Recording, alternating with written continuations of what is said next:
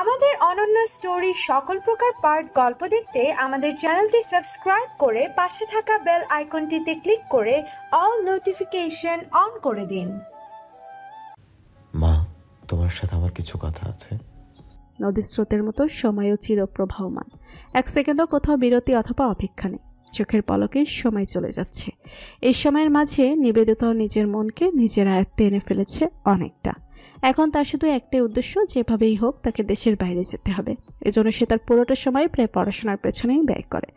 বাবা মা অনেকবার করে বলেছিল গ্রামে সে কয়েকদিন থাকার জন্য, কিন্তু সে রাজি হয়নি। গ্রামে যাওয়া মানে আবারও একটা মায়ায় আটকে পড়া। তার এখন বড় শত্রুই হচ্ছে মায়া। সে কোনো ব্যক্তি বা কোনো কিছুর মায়াতে আর আটকাতে চায় না। কথাগুলো শুনতে অনেকটা স্বার্থপরের মতো লাগলেও মাঝে মাঝে নিজেকে ভালো রাখার জন্য একটু স্বার্থপর হতে হয়। এর মাঝে নির্ণয়ের সাথেও আর নিবেদিতার কোনো যোগাযোগ হয়নি। সেও আর ওই বাড়িতে যায়নি। কখনো খালা অথবা কখনো খালু এসে রান্না করা খাবার দিয়ে যেত। এছাড়া গ্রাম থেকে বাবা মা দুই ভাই তো প্রতি সপ্তাহেই নিবেদিতাকে দেখতে আসতো। অবাক করার বিষয় হলো, নিধাত এত কাছে থেকেও কখনো প্রয়োজন ব্যতীত নিবেদিতার সঙ্গে দেখা করতে আসেনি, কোনো ফোন করেনি। যতবার দেখা হয়েছে ততবার শুধু নিবেদিতার প্রয়োজনেই দেখা হয়েছে। এমন না যে নিবেদিতা তাকে যেচে রেখেছে অথবা মিধাত নিজে যেচে এসেছে। প্রতিবারই নয়নের নির্দেশনা মোতাবেক মিধাত হাজির হতো। দূরে থেকেও যেন ছায়ার মতোই ছিল। প্রথম মানুষটাকে বিরক্ত লাগলেও ম্যানার্স জানার পর নিবেদিতা বুঝতে পেরেছে মানুষটা খারাপ নয় এবং সে তার ভালোই চায় সর্বদা। নিবেদিতার IELTS এক্সামের আর মাত্র 3 দিন বাকি আছে। এত বেশি নার্ভাস হয়ে পড়েছে যে তার মনে হচ্ছে এতদিন সে যা পড়েছিল সব ভুলে গেছে। পরীক্ষায় হয়তো সে কিছুই লিখতে পারবে না। দুশ্চিন্তায় তার কান্না পাচ্ছে। এখন কি করবে না করবে কিছুই বুঝতে পারছে না। ঠিক সেই সময়ে মিধাদের কল আসে। নিবেদিতা ঘড়ির দিকে তাকালো। সন্ধ্যা 7টা বাজে। এই সময় হঠাৎ কার কল? দরকার ছাড়া তো কখনো কল করে না। নিবেদিতা নিজেকে স্বাভাবিক রাখার চেষ্টা করে ফোন রিসিভ করলো। হ্যালো। হ্যালো, তুমি কি হোস্টেলে? হ্যাঁ, কেন? একটু নিচে আসতে পারবে? কোনো দরকার? হ্যাঁ, আহামরি না যদিও, তবে আসতে পারলে ভালো হতো। বেশি সময় না, 5 মিনিটের জন্য। আসছি বলে চোখ মুখ মুছে নিচে নামলো নিবেদিতা। মিধাত হোস্টেলের গেটের বাইরে গাড়ির সাথে হেলান দিয়ে দাঁড়িয়েছিল। নিবেদিতাকে দেখে প্রথমে মৃদু হাসলো, পরক্ষণে হাসি মিলিয়ে গেল। নিবেদিতা কাছাকাছি আসার পর চিন্তিত হয়ে জিজ্ঞেস করলো, তুমি কি কান্না করেছো? নিবেদিতা নিশ্চুপ। মিধাত ফিরে বলল, বলো কি হয়েছে, কোনো সমস্যা? নিবেদিতা দুদিকে মাথা নাড়ালো। মিধাত বলল, কেউ কিছু বলেছে? এবারও নিবেদিতা দুদিকে মাথা নাড়ালো। তার এত বেশি কান্না পাচ্ছে এমন দুশ্চিন্তা তার আগে কখনো হয়নি। সে ফোফানোর স্বরে বলল, আমি যদি IELTS না টিকি তাহলে বিষয়টা ভীষণ খারাপ হবে। শিখবে না মানে? কে বলেছে তোমাকে সব কথা? কেউ বলেনি, আমারই মনে হচ্ছে। টেনশন হচ্ছে খুব। আমার এত কষ্ট শ্রম বৃথা গেলে আমি মানতেই পারবো না। এমন কিছুই হবে না প্রাণ, তুমি ভালো স্কোর নিয়েই টিকবে, দেখে নিও। আপাতত মাথাকে ঠান্ডা রাখো। পরীক্ষার আগে এত চিন্তা করা যাবে না। জাস্ট রিল্যাক্স থাকবে আর ভাববে যা হওয়ার হবে। আমি চেষ্টা করব, বাকিটা আল্লাহ ভরসা। দুশ্চিন্তাকে কোনোভাবেই প্রশ্রয় দেওয়া যাবে না। তাছাড়া IELTS আহামরি কঠিন কিছু না, টেক ইট ইজি। নিবেদিতা চুপ করে আছে। মিধাত বলল, তুমি কি বুঝতে পেরেছো আমার কথা? এখনো টেনশন করবে না। আপনি হঠাৎ ডাকলেন যে, কোনো দরকার? হ্যাঁ, আমি চলে যাচ্ছি, তাই ভাবলাম একবার দেখা করে যাই। নিবেদিতা বোকার মতো প্রশ্ন করলো, কোথায় যাচ্ছেন? কোথায় আবার? লন্ডন। ছুটি শেষ। ও হ্যাঁ, ভুলে গিয়েছিলাম। আজই ফ্লাইট? হ্যাঁ, রাত 11টায়। ও, সাবধানে যাবেন। ইনশাল্লাহ। তুমি নিজের খেয়াল রেখো, রিল্যাক্সে থেকো, ঠান্ডা মাথায় পরীক্ষা দিও। আচ্ছা। তোমাকে মিস করব। নিবেদিতা প্রত্যুত্তরে মৃদু হাসলো শুধু। মিধাত গাড়িতে ওঠার আগে বলল, আল্লাহ হাফেজ প্রাণ। আল্লাহ হাফিজ। প্রত্যুত্তরে এবার মেধাতও একটা হাসি উপহার দিয়ে গাড়িতে উঠে বসলো। জানালা গলিয়ে মাথা বের করে হাত নাড়িয়ে বাই জানালো।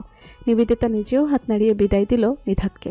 চোখের পলকেই সাদা রঙের গাড়িটা অদৃশ্য হয়ে গেল। নিবেদিতা অনেকক্ষণ ঠায় দাঁড়িয়ে রইল গেটের কাছে। নিবেদিতা বসে আছে ডেনমার্কের রাজধানী কোপেনহেগেন সিটি বিমানবন্দর এয়ারপোর্টে। তাকে নিতে আসার কথা সাবিহার। সাবিয়া তার ফেসবুক ফ্রেন্ড। ওর ভরসায় এবং নিজের জেদে সে এত ভালো ভালো কান্ট্রি রেখে ডেনমার্কে পড়তে এসেছে। IELTS এর স্কোর এসেছে 6.5। এই স্কোর নিয়ে অনেকগুলো জায়গায় আবেদন করেও সে সিলেক্ট হয়েছে বেশ কিছু ইউনিভার্সিটিতে, কিন্তু সেগুলোর খরচ বেশ ব্যয়বহুল। যেহেতু তার কোনো স্কলারশিপ নেই সেহেতু তার পড়াশোনা থাকা খাওয়ার জন্য অনেক টাকা নষ্ট হবে। তার আরও 2 ভাই আছে। এত টাকা পয়সা যদি ওর পেছনেই শেষ করে ফেলে তাহলে বাকি 2 ভাইয়ের জন্য আর কী বা বরাদ্দ থাকবে? এখনও তো ওদেরও ভবিষ্যৎ পুরোটা বাকি। ডেনমার্কে যে খরচ একেবারেই নেই তাও নাই, তবে তার ড্রিম কান্ট্রিগুলোর তুলনায় বেশ কম। এখানে সে তাও সারভাইভ করতে পারবে, হয়তো আর পরিবারের ওপরও চাপটা কমবে।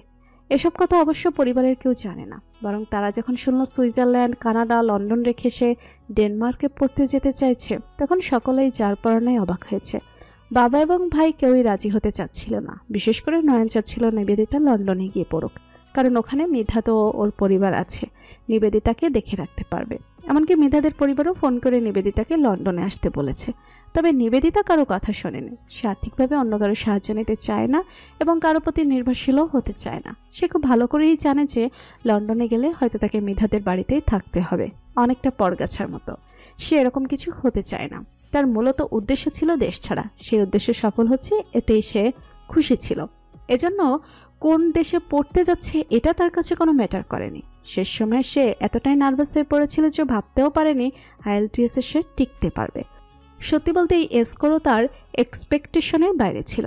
তার বাইরে পড়তে যাওয়ার খবর খুব স্বল্প সময়েই পুরো গ্রামে ছড়িয়ে পড়ল। ওদের গ্রামে এই প্রথম কোনো মেয়ে যে দেশের বাইরে পড়তে যাচ্ছে। অনেকে তাই নিবেদিতাকে নিয়ে ভীষণ গর্বও করেছে, অনেকে আবার কানাঘুষা করে বলেছে, মেয়েদের আবার কিসের বাইরে পড়তে চাও, ওইখানে গেলে আর ভালো থাকেনি মাইয়া মানুষ।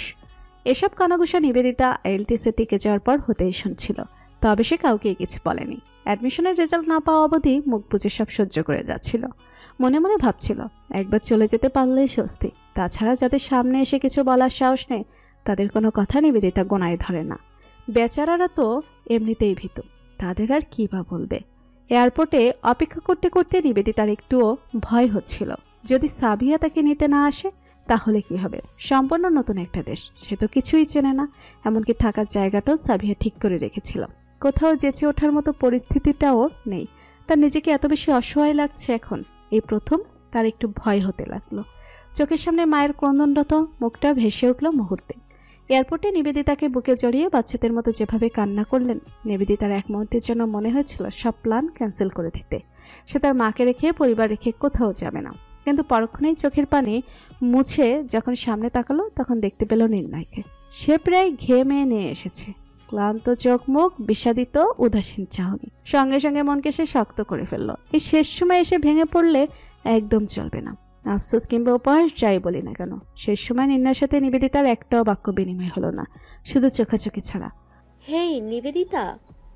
হঠাৎ করে কারো কণ্ঠ জোরে সোরে নিজের নাম শুনে আটকে উঠল নিবেদিতা। বসা থেকে উঠে দাঁড়ালো, বুকে থুতু দিয়ে নিজেকে ধাতস্থ করার চেষ্টা করলো।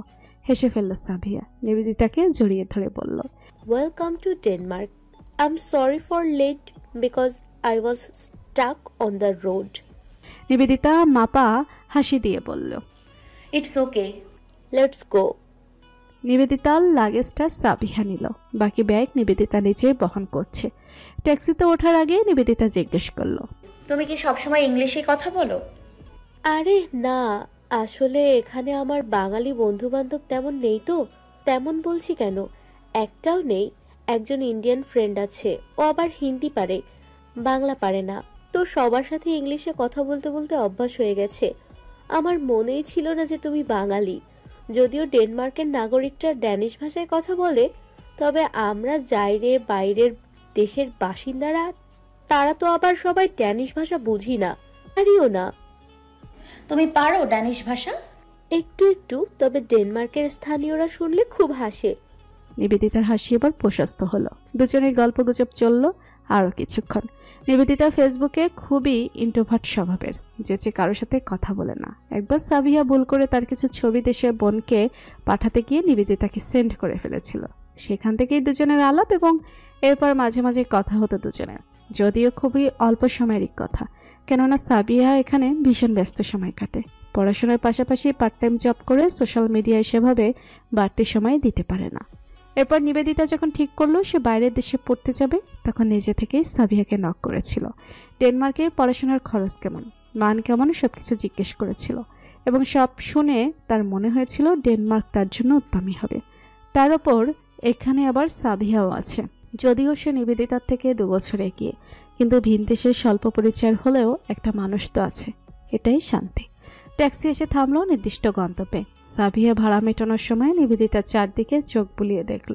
রাস্তা আসার সময় বড় বড় বাড়ির পরিমাণ বেশি থাকলেও এখানে বাড়িগুলো বেশ ছোটই এবং জায়গাটা অনেক ছিমছাম। সাবিয়া বলল, এটা কোপেনহেগেন শহর থেকে একটু ভেতরের দিকে জায়গা তো, তাই এত শান্ত পরিবেশ। রেন্টও শহরের তুলনায় কম। তুমি যদি এখানে কমফোর্টেবল ফিল না করো তাহলে পরে বাড়ি চেঞ্জ করে নিও। তবে আমার মনে হয় না তোমার এখানে থাকতে কোনো অসুবিধা হবে। তুমি এখানে থাকো না?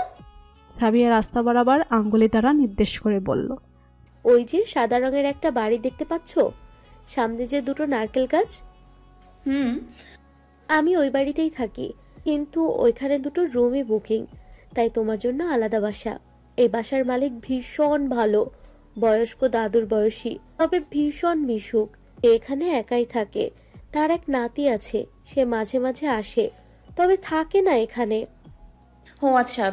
সাবিয়া নিবেদিতা এবার বাম দিকে বাড়ির দিকে রওনা দিল। ছোট একটা বাড়ি, তবে অনেকটা জায়গা নিয়ে করা, ঠিক যেন মাঠের মাঝখানে তৈরি করা হয়েছে। বাড়ির চারপাশে অনেক ধরনের লম্বা লম্বা গাছ। নিবেদিতা শুধু নারকেল গাছগুলোকেই চিহ্নিত করতে পারল। এছাড়াও বাড়ির সামনেও একদম বাম দিকে পুরো একটা ফুলের বাগানই আছে বলা চলে। বাগানের সামনেই সাদা রঙের একটা ছোট্ট টেবিল, চারপাশে 4টা চেয়ার। বাড়ির পরিবেশ ও আশপাশ দেখেই নিবেদিতার ভালো লেগে গেল। এ যেন কোনো স্বর্গীয় উদ্যান। নিবেদিতার উচ্ছ্বসিত চোখমুখ দেখে সাবিয়া জিজ্ঞেস করল, পছন্দ হয়েছে? নিবেদিতা আনন্দিত হয়ে বলল, ভীষণ। তোমাকে আরেকটা আনন্দের কথা বলি, আমার বাড়ি থেকে পায়ে হেঁটে 10 মিনিট সামনে আগালেই একটা সুন্দর দ্বীপ আছে। দ্বীপটা সাগরের মধ্যেই, চাইলেই বোটে করে যাওয়া যায়। সত্যি? হ্যাঁ, তোমায় একদিন নিয়ে যাব। আগে সবকিছু তুমি গুছিয়ে নাও। ঠিক আছে, তোমার ফোনটা দেয়া যাবে? বাড়িতে ফোন করে পৌঁছানোর কথা জানিয়ে দিতাম। শিওর। সাবিয়া পকেট থেকে তার ফোন বের করে দিল। নিবেদিতা সেই সাদা চেয়ার টেবিল দেখিয়ে বলল, এখানে একটু বসি আমরা? অবশ্যই, চলো। নিবেদিতা আরাম করে বসলো। তার এত ভালো লাগছে, এখানে তো ঘন্টার পর ঘন্টা একাই কাটিয়ে দিতে পারবে সে বাসায় ফোন করতে যাবে, তখন ফর্সা করে এক ছেলে ওদের দিকে এগিয়ে এলো। নিবেদিতার ফোন করলো না। ছেলেটি কৌতূহলী হয়ে নিবেদিতাকে দেখছিল। পরক্ষণে সাবিয়ার দিকে তাকিয়ে জিজ্ঞেস করলো, হেই সাবহা, হু ইজ শি? ছেলেটির নাম পল, বাড়িয়ালির নাতি।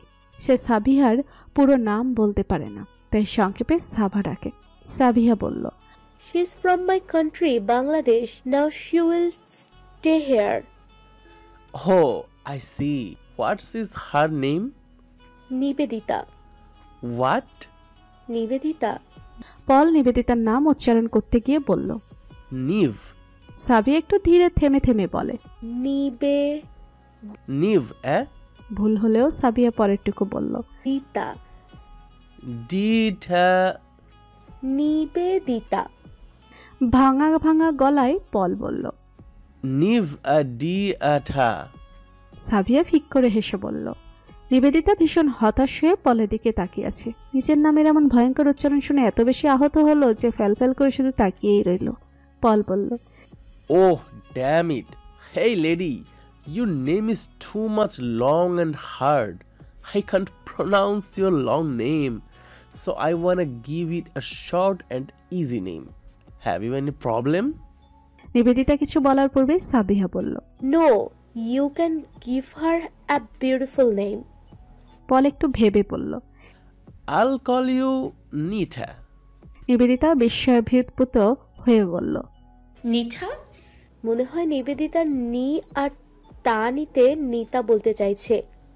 তো ওইভাবে ওরা উচ্চারণ করতে পারে না, তাই নিতা হয়ে গেছে নিঠা। নামের এমন বিশ্লেষণ শুনে নিবেদিতা করুণ চোখে তাকিয়ে রইল। বিদেশ বিভুঁয়ে এসে নামের এমন হেনস্থা সহ্য করা যায়? পরক্ষণে মনকে এটা বলে সান্ত্বনা দিল যে ওর নামের প্রথম অক্ষর প আকার ছিল না। তাহলে তো এই ছেলে নির্ঘাত পাঠা বানিয়ে দিত নামটাকে। আল্লাহ তাও অল্পতে বাঁচিয়েছে বলে স্বস্তির নিঃশ্বাস নিল সে। নিবেদিতা বসে আছে জানালার ধারে। তার রুম থেকে বাইরের সুন্দর একটা ভিউ দেখা যায়। জানালার পাশে আগে সবুজে ঘেরা বিস্তর মাঠ। সেই মাঠ ছিড়িয়ে ছিটিয়ে ফুটে আছে কিছু শুভ্র রঙের বনফুল। বাতাসের দমকে গাছের বড় লম্বা পাতাগুলো মৃদু দুলছে। মাঠ পেরিয়ে অদূরে একটা পাহাড়ের মতো দ্বীপ। দূর থেকে ছোট মনে হচ্ছে অবশ্য। নিবেদিতা রুমে এসে সব গুছিয়ে অনেকক্ষণ ধরে এখানে বসেছিল। তার মন একই সাথে ভালো বলা যায়, আবার খারাপও বলা যায়। ভালোর কারণ হলো এই ছবির মতন সুন্দর দেশ ও সুন্দর দৃশ্য, আর খারাপের কারণ হলো সে নিজের দেশ পরিবার ও নির্ণয়কে ভীষণ মিস করছে। এত দূরে এসেও শেষ রক্ষা হলো না। নির্ণয়কে বারংবার মনে পড়ছে, এত বেপরোয়া বেহায়া মন। নিবেদিতা মনে মনে নিজেকে তিরস্কার করলো। তার ভীষণ ক্লান্ত লাগছিল, একটু ঘুমানো দরকার। ঘুম থেকে উঠে বাড়িতে ফোন করবে। সব গুছিয়ে সাবিয়ার সাথে গিয়ে সে একটা নতুন সিম কিনেছে। এই নাম্বার থেকে এখনো কল করা হয়নি দেশে। বাহিরে থেকে এসেই এই জানালার পাশে বসে আছে। বিছানায় শরীর এলিয়ে দিতেই তার হঠাৎ করে মনে একটা প্রশ্ন উদয় হলো। আইএলটিএসের প্রিপারেশন, এক্সাম, অ্যাডমিশন সব মিলিয়ে এর মাঝে অনেক সময় চলে গেছে। এই এত সময়ের মধ্যে নির্ণয়ের সাথে ওর যোগাযোগ না থাকলেও ওই বাড়ির প্রায় সব আপডেটই সে জানতো তার মায়ের কাছ থেকে। এমন না যে সে নিজে জিজ্ঞেস করতে চেয়েছে, মা নিজেই বিভিন্ন প্রসঙ্গে বলতো। এছাড়া খালা খালুও প্রায় খাবার নিয়ে আসতেন নিবেদিতার জন্য। তাই নিবেদিতা না চাইলেও ওই বাড়ির খবর তার নিকট চলেই আসতো। সেখানে নির্ণয় আর সুখীর বিয়ের ব্যাপারে সে কিছুই শোনেনি। হয়তো এই ব্যাপারে কথা ওঠেনি বলেই শোনেনি। কিন্তু নিবেদিতার হিসাব মতে নিবেদিতা দেশে থাকতে ওদের বিয়ে হয়ে যাওয়ার কথা ছিল। তাহলে না হওয়ার কারণ? নিবেদিতা পাশ ফিরে শুলো। বিরক্ত লাগছে তার। নির্ণয় বিয়ে করুক বা না করুক, এসব নিয়ে ভেবে তার কি আদৌ মাথা ব্যথা করার প্রয়োজন আছে? একটা একতরফা ভালোবাসা আর যাই হোক, এভাবে বয়ে বেড়ানোর কোনো মানে হয় না। সেখানে শুধু কষ্টই থাকে, ভালোবাসা না। নিবেদিতা এখন আর কষ্ট চায় না, আর ভালোবাসাও চায় না। সে শুধু ব্যস্ত থাকতে চায়, নিজেকে ভালো রাখতে চায়। বাকিরাও ভালো থাকুক তাদের মতো করে। আজকাল নির্ণয়ের খুব ব্যস্ত সময় কাটছে। অফিসের কাজ শেষ করে তার ভেতরকার ব্যক্তিগত প্রস্তুতি সব মিলে দম ফেলানোর সময় নেই। রাতে সে কতটুকু ঘুমায় সে নিজেও জানে না। কাজের প্রতি তার ডেডিকেশন সর্বদাই এগিয়ে।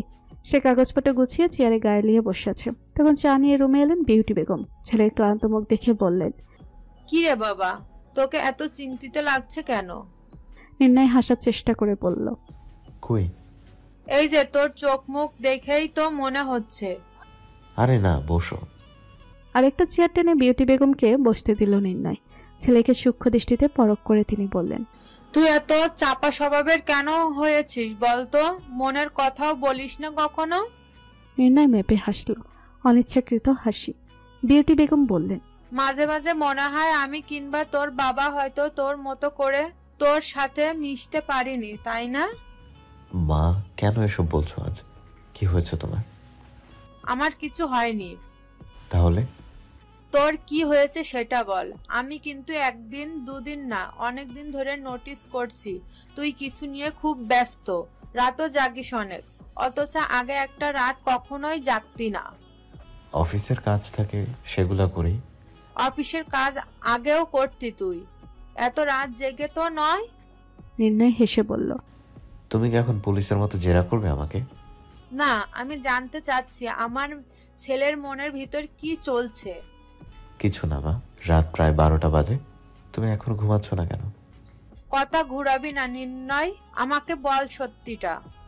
তুমি হঠাৎ আজ আদা জল খেয়ে আমার পেছনে কেন পড়লে বলো তো? তোমাকে কি কেউ কিছু বলেছে?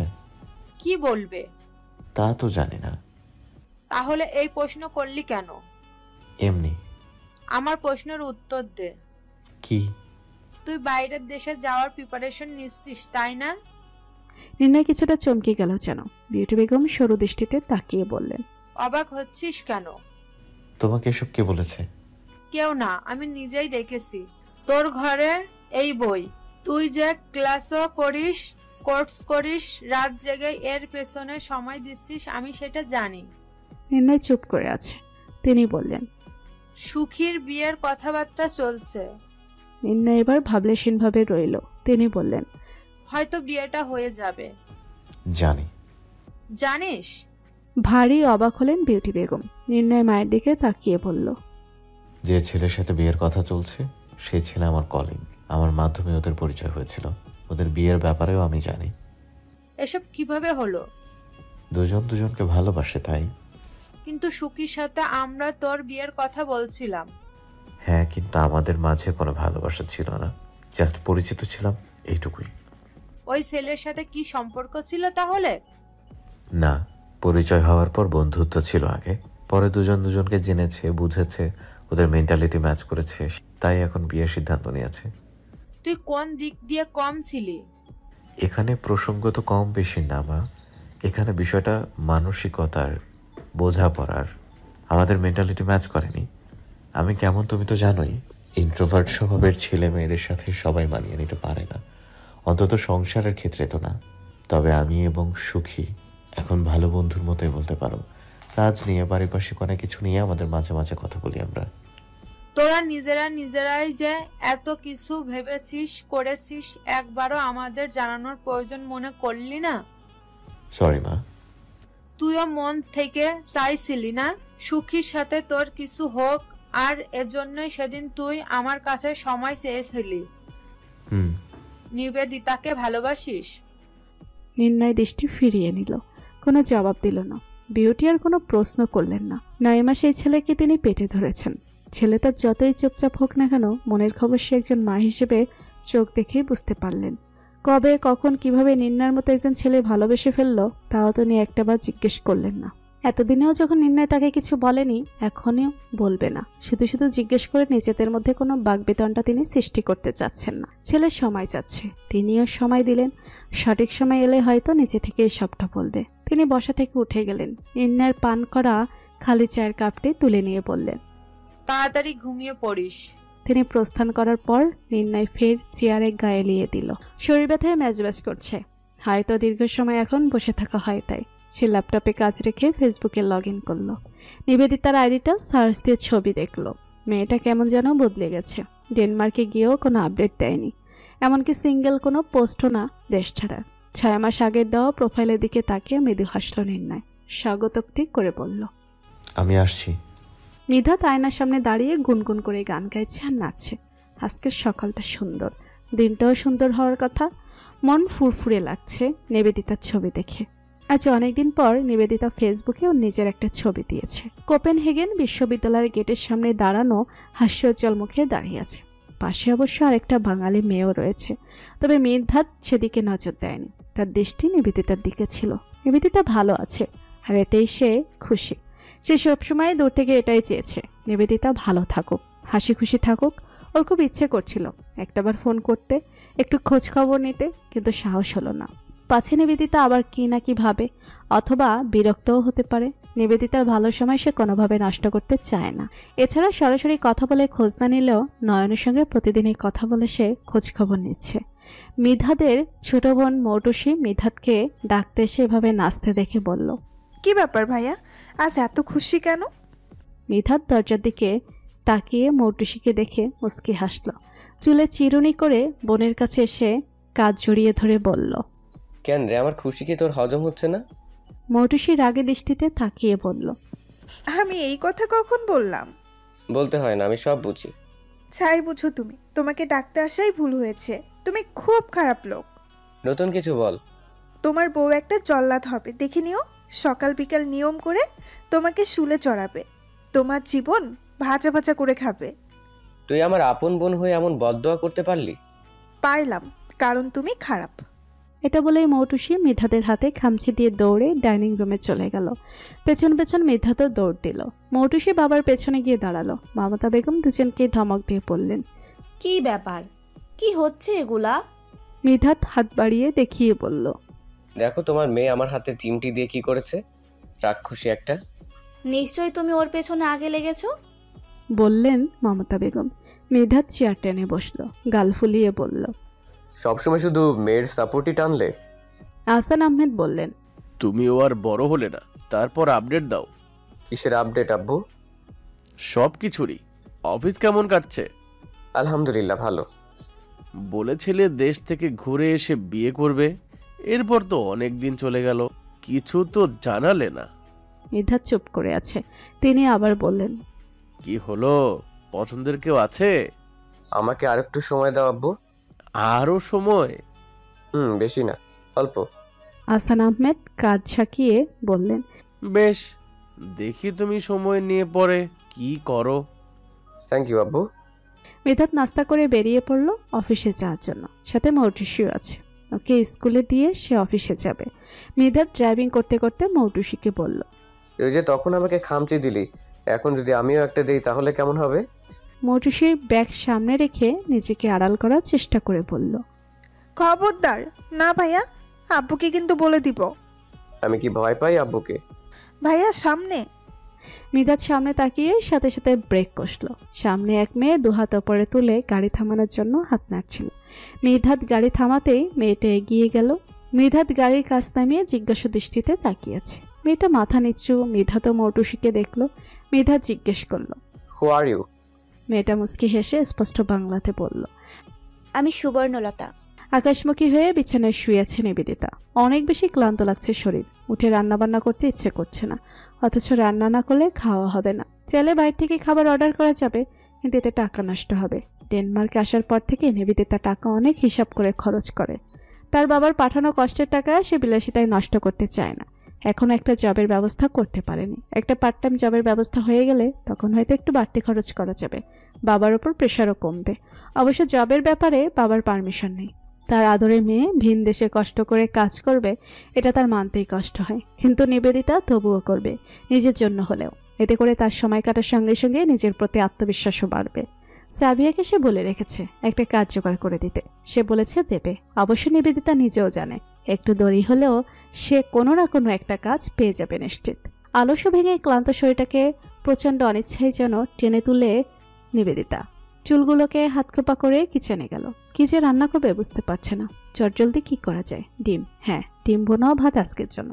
এর চেয়ে বেশি কিছু সম্ভব না। চুলায় ডিম সিদ্ধ দিয়ে সে পেঁয়াজ মরিচ বের করলো কাটার তখন রুম থেকে তার ফোনটা বেজে উঠল। নিবেদিতা রুমে এসে দেখলো মা হোয়াটসঅ্যাপে ভিডিও কল দিয়েছে। ফোন রিসিভ করে কিচেনে গেল সে। একটা স্থানে ফোন রেখে পেঁয়াজ কাটতে কাটতে কথা বলতে লাগলো।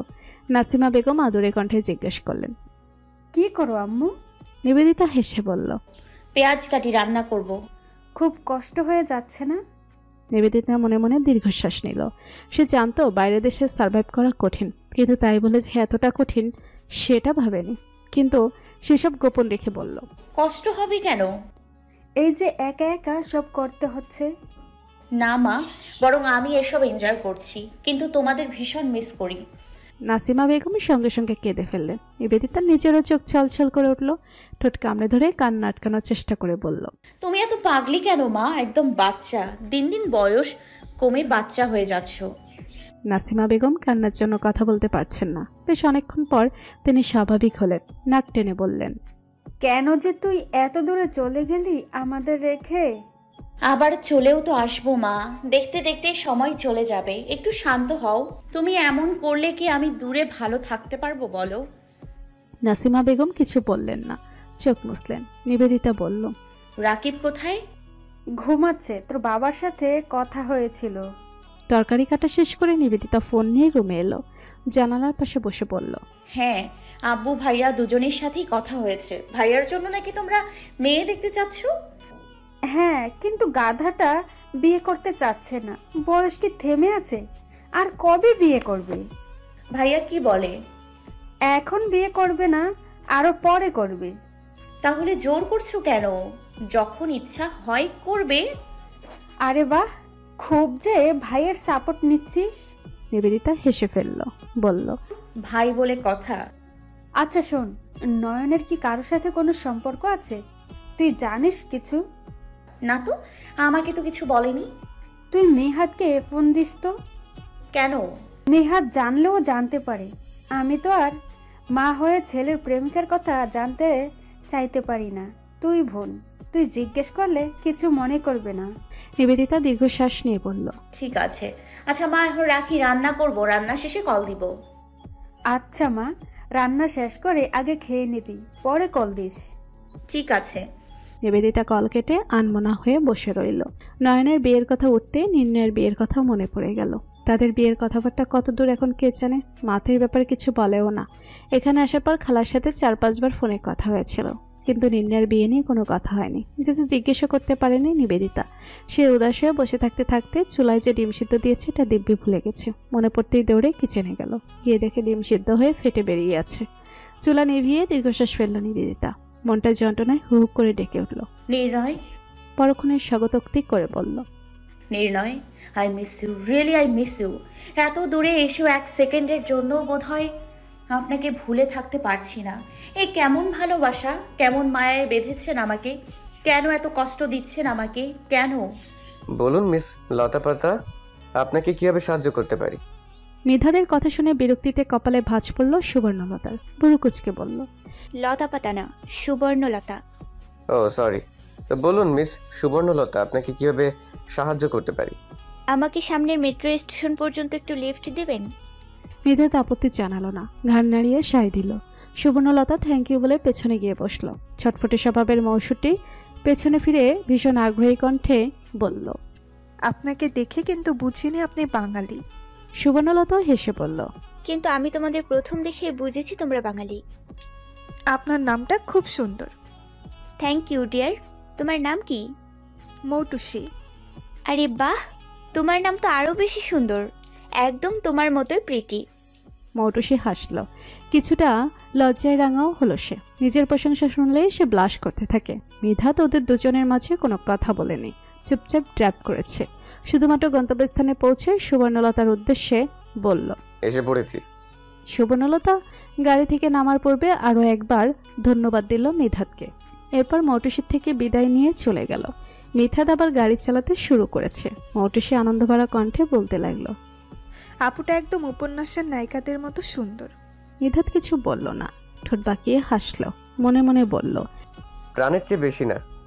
নিবেদিতার এখন ভীষণ ব্যস্ত সময় কাটছে।